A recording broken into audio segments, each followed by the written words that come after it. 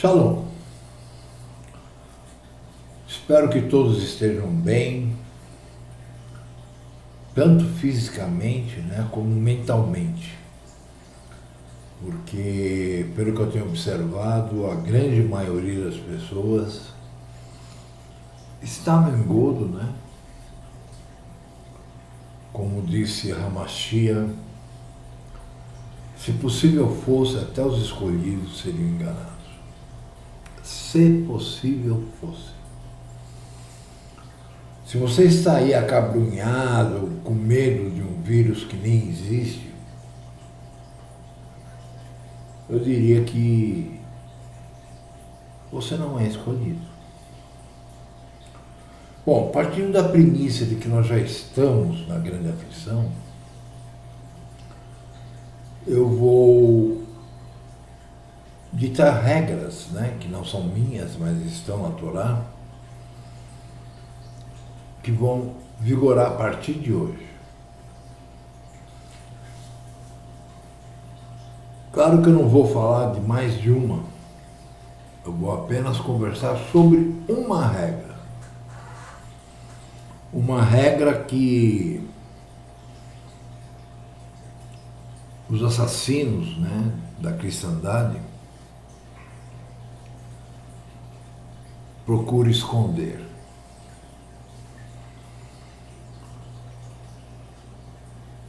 Nós vamos falar hoje sobre a guarda do Shabat.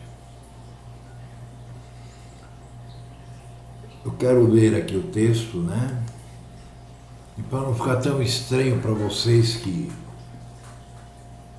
são preguiçosos, e não buscam, eu vou ler em Atos 15, eu poderia ler lá em Gênesis, eu poderia ler em muito lugar. Mas eu vou ler em Atos 15 que me parece, que é mais conhecido por vocês.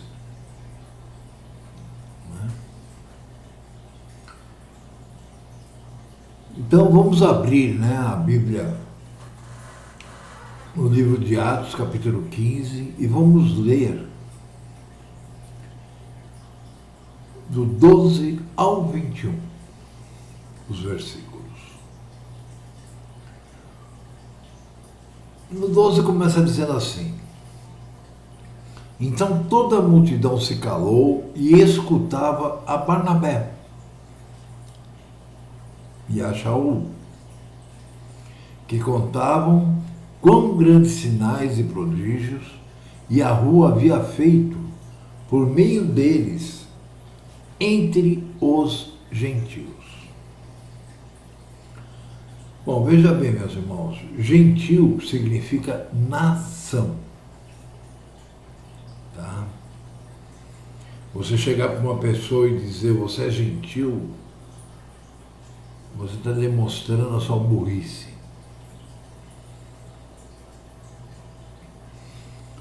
Aí no 13 nós lemos assim: e havendo-se eles calado, tomou Iacove, Tiago, irmão carnal de Yahushua Hamashia, filho de Maria e Yosef também, tomou Tiago a palavra, dizendo: homens e irmãos, ouvi-me. Kefa relatou como, primeiramente, Yahu visitou os gentios para se tomar deles um povo para o seu nome.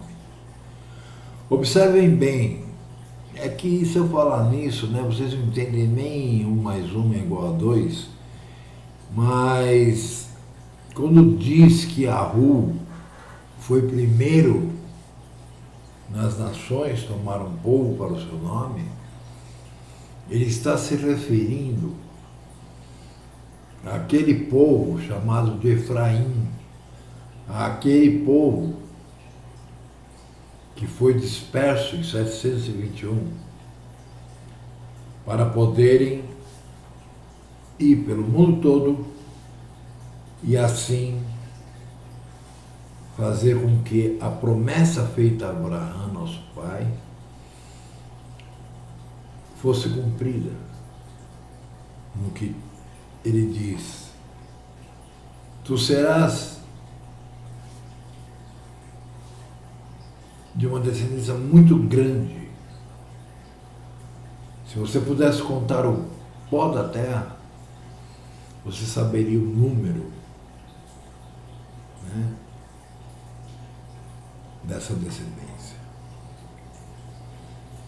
Então, essas pessoas foram poupadas por Yahu, embora tenham sido castigadas, sendo tiradas do seu local e levadas muito distante dali, né?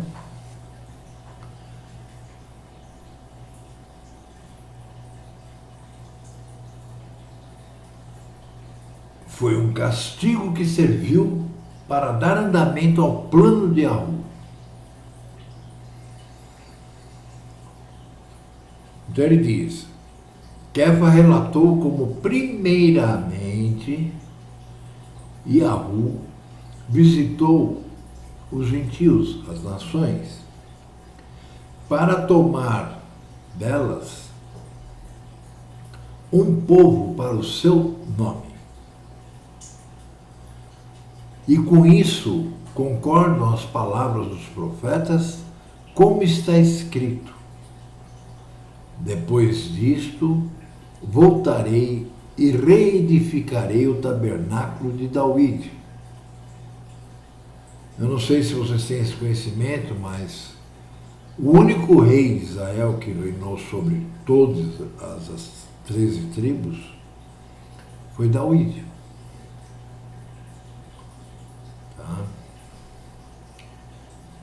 Que está caído. Por quê? Porque existe tanto a diáspora do Yashuru do norte, né, Efraim, como existe o endurecimento do Yashuru do sul, que praticam qualquer coisa hoje. Tá? Então está caído o tabernáculo de David. Levantá-lo-ei das suas ruínas e tornarei a edificá-lo, para que o restante dos homens busque a Yahu. E todos os que estão entre os gentios e que forem chamados se unam aos seus irmãos do Yashuru do Sul.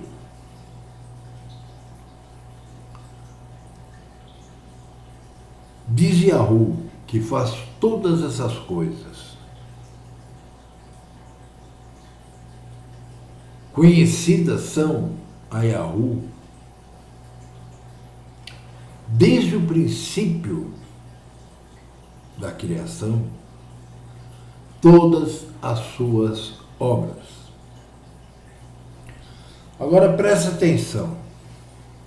Eles estavam ali a discutir um assunto referente à circuncisão.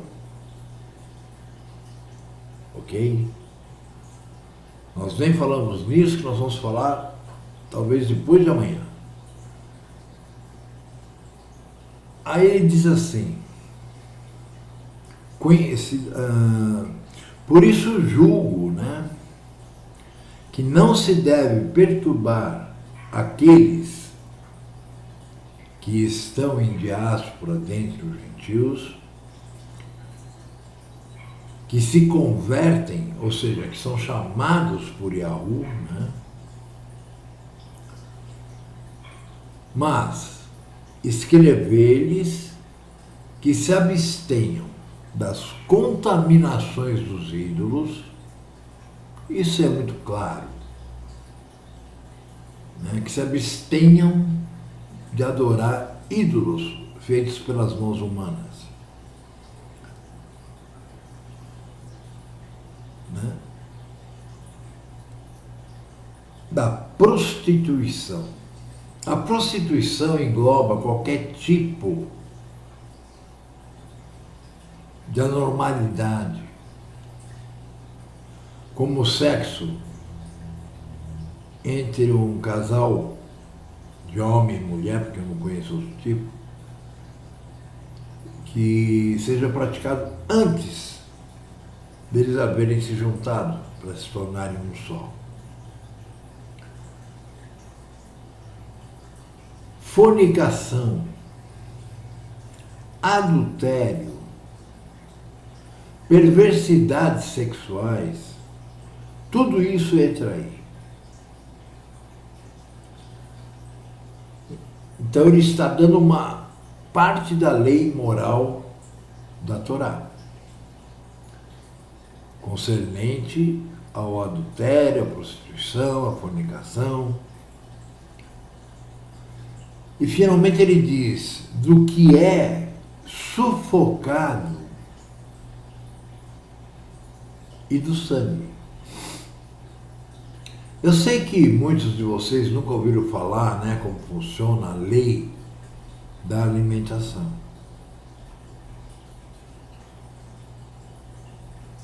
Então terão que aprender rapidinho se quiserem sobreviver a isso que está vindo aí. Todos os pastores, seja lá o que for da cristandade, os padres, enfim, todos param aí o ensino.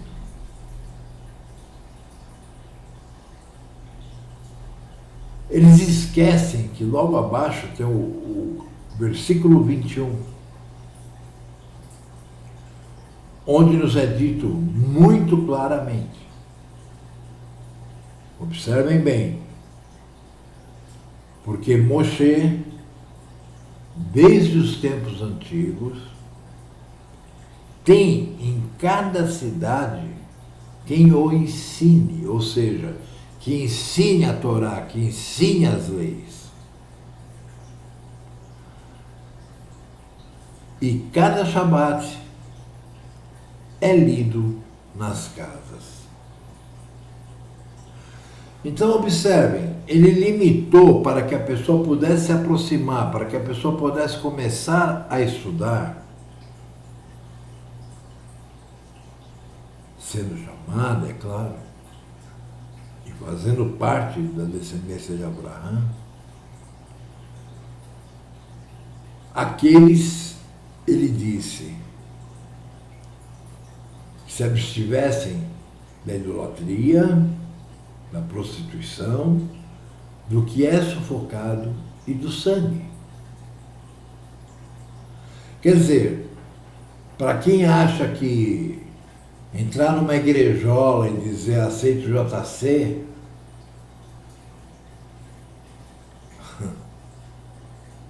falta muito para você, né, meu irmão? Para entender que tudo isso é um embuste, como o que estamos sofrendo hoje. Mas ele continua, ele não para, é a mesma frase, a mesma fala. Ele diz, porque Moshe, desde os tempos antigos, tem em cada cidade quem o ensine. O que é ensinar Moshe? É ensinar aquilo que o Pai revelou a Moshe e ele foi escrevendo, que é a Torá. São os 5 primeiros livros, embora eu acho que seja tudo um só, a Bíblia toda, mas seriam os 5 primeiros livros que nós encontramos em qualquer Bíblia. Então ele está dizendo que em toda a cidade tem quem o ensine, ou seja, quem fale sobre as leis, quem explique sobre as leis, quem ensine a cumpri-las. E ele diz, e a cada Shabat é lido em seus lares. Eu não sei se a tua cabeça corre ou se a tua cabeça é lerda, mas observem, o Shabat já era uma obrigação de quem começava. Porque senão como que ele ia aprender? Ele coloca desse jeito porque ele quer dizer o seguinte: se a pessoa não for mais idólatra, se a pessoa não for mundana, né, no aspecto sexual, prostituição, etc., do que é sufocado, ou seja, na lei da alimentação nós sabemos que nós não podemos matar nenhum tipo de animal sem ser cortando a cabeça, pendurando para que o sangue escorra. O sangue é tido como a vida da carne. Então Yahu proíbe os seus de comer esse sangue, de tomar esse sangue. Tanto que essa frase termina "e do sangue". E depois vem a outra que fala que Moshe é ensinado em todos os lugares. Ou seja,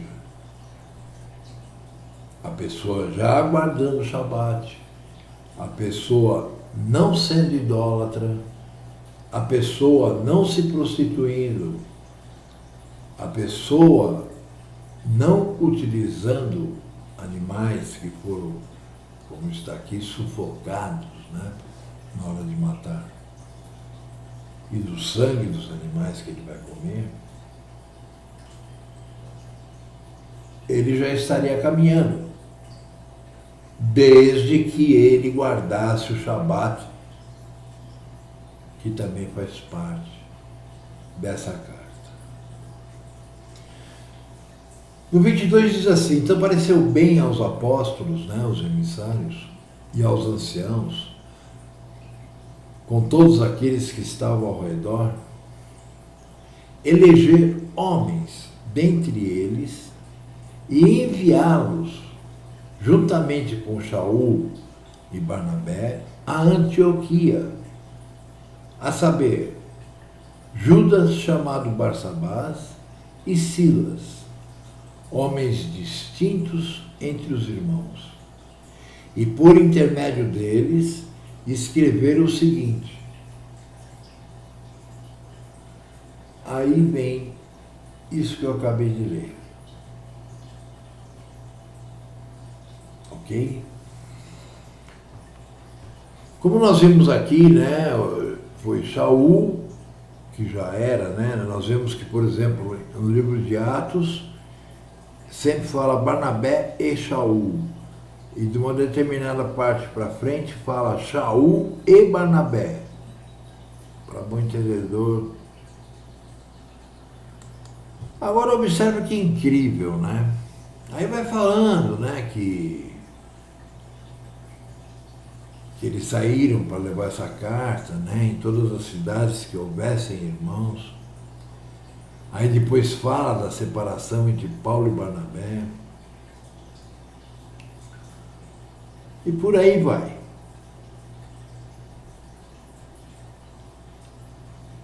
E diz que Shaul continuou com Silas, né? E passou pela Síria e pela Cilícia, confirmando aquelas pessoas que já tinham sido chamadas sobre a resolução do primeiro concílio que houve entre os chamados de Yahu.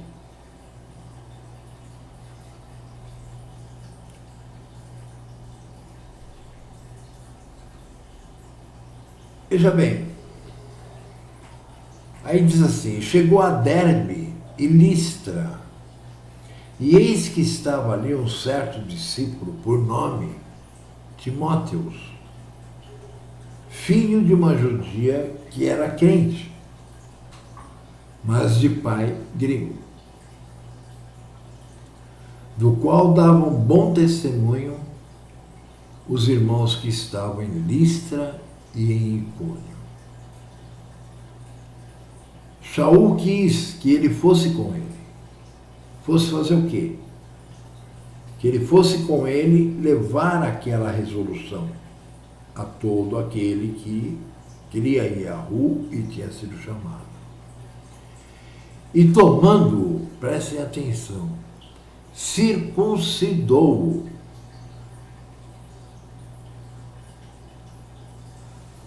Percebem?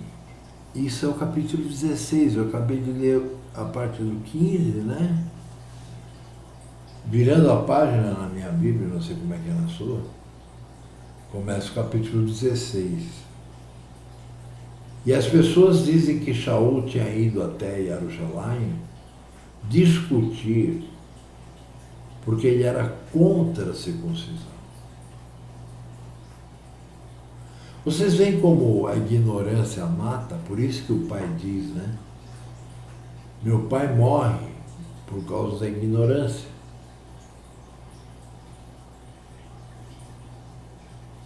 Meu povo morre por causa da ignorância. Bom, meus irmãos, eu quero que vocês entendam o seguinte. A partir de hoje, dia 27/1, lune solar,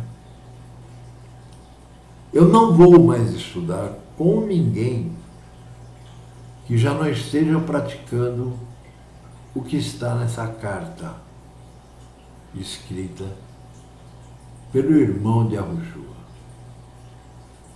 Porque nós já estamos num tempo avançado, a cada dia chega mais gente,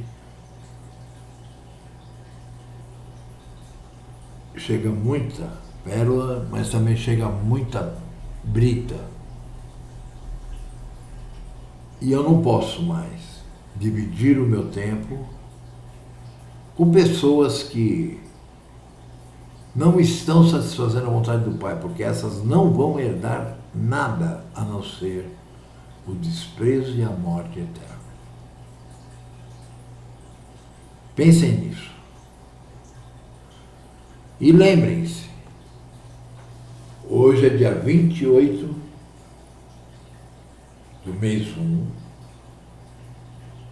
ao pôr do sol entramos no Shabat, o quarto Shabat deste mês. Quem não praticar esse Shabat,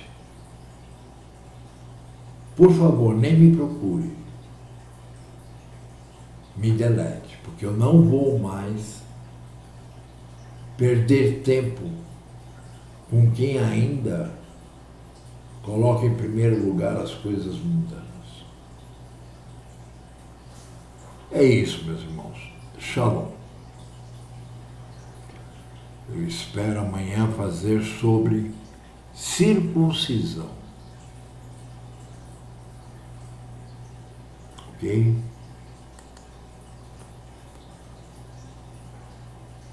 Então eu creio que fui bem claro. Não é uma questão pessoal, mas sim uma questão que o Pai já está me mostrando desde o dia 11 de 2019.